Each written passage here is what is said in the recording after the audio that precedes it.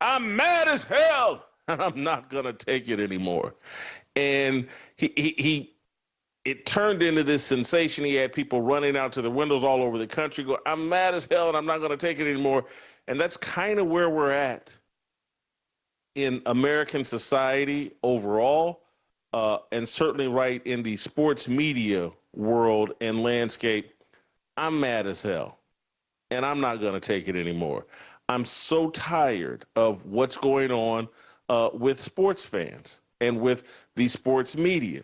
And so I want to read to you all this news article from Andrew Marchand of the New York Times / The Athletic. He reported today about a deal that is coming down the pike here in the next few months between ESPN and the National Football League. And he takes his time getting to the news. He unpacks it in some way. And I like Andrew Marchand, or have respect for him. Think he's a relatively good sports journalist. But he takes his time unpacking this and does it in a confusing way. But let me read to you the story. He compares this to, in 1987, an 8-year-old cable network in just 41 million homes acquired the rights to the NFL, to 8 NFL regular season Sunday night games and the Pro Bowl. The then up-and-coming ESPN paid a now quaint $51 million per season to the NFL for the 3-year package, and it changed the trajectory of what became arguably the most powerful sports media company of all time, ESPN. ESPN was built on a lot of things, but the most notable was its nearly 4-decade relationship with the National Football League.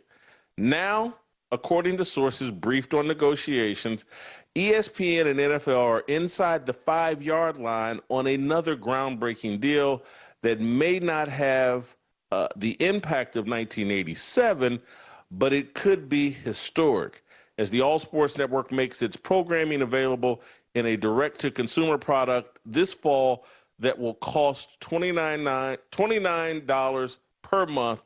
ESPN is hyping this upcoming iteration as the next era. ESPN, the worldwide leader, is going into direct, full-blown business with the National Football League. ESPN is the next era, is about the ESPN app that they want to put in your phone, and they're going to leverage their partnership and business deal with the NFL in terms of ESPN basically takes over the NFL network and all of the NFL media and their properties. ESPN, the most powerful media force in sports, is teaming up with the National Football League. And here's what bothers me about this. Many of you all will hear this and have no idea that you should be bothered, that you should be concerned, that a partnership between a media network, the most powerful sports media network, and the National Football League, the most powerful sports organization in America and maybe over the globe. I don't. You guys know soccer, maybe whatever. It's not MLS is the American league. What's the, is it UEFA? Is that the major soccer league over in, who knows? Premier League. I'm sorry. Yeah, Premier League. I know I was missing. Anyway, NFL, ESPN, direct business partners. Direct business partners. Now, if we flip over to Fox Sports, and many of you all, I've kind of bitten my tongue on the significance of Fox Sports washing out those 3 shows, doing a deal with Barstool Sports. I just read this morning as well, that they're taking that First Things First show and they're expanding it to 3 hours. It's the entire corporate sports media industry is now all fully in bed with these different leagues. And they've now fully, again, ESPN's logo, motto, mission statement was always, and had been at its inception, always was ESPN serving sports fans anytime, anywhere. It is now clearly serving sports leagues anytime, anywhere.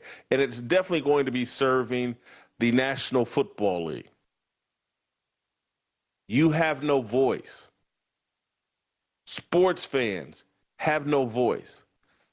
In 1985 or 86, I believe it was early 1986, I was a freshman at Ball State University.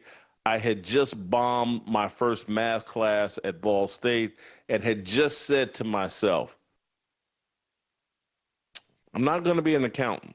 Math is not my thing. And a friend had just suggested to me, hey, you should go into sports media. You should become a sports writer. You read the newspaper every day. You love sports. You should be a sports writer. I was like, oh, wow. Awesome. What a great idea. And I switched my major to journalism. And the mindset, everything that I had in my mind was like, oh, I'm going to be like this guy, Mike Royko, that was a columnist out of Chicago, the Pulitzer Prize winner, wasn't in the sports world, but I was like, I'm going to be the Mike Royko of sports. I'm going to be a voice for fans because I was a fan, and I still am to this day. And the media's job is supposed to be a voice for the common person. It's supposed to be a voice for the sports fan. And as a kid growing up, I was always pissed. I read the newspaper every day, the Indianapolis Star and the Indianapolis News, both newspapers.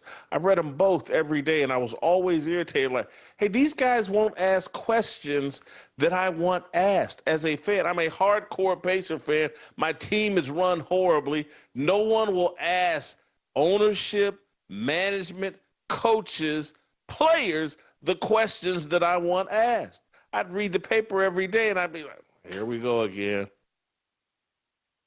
And so my mindset when I switched my major to journalism, and anybody in Kansas City, when I really got popular in Kansas City, and you even go back to my days in Ann Arbor, Michigan, when I first started doing speeches and speaking engagements, at different clubs and at colleges and universities, it was always part of my story. I didn't have to change up because I didn't need notes. I didn't need an outline of a speech. I just told my story and how I had made the calculation that, hey, if I want to be a successful sports columnist, if I want to stand out as a journalist, I need to serve the readers far more than I serve the coaches, the ownership, the executives, and the players.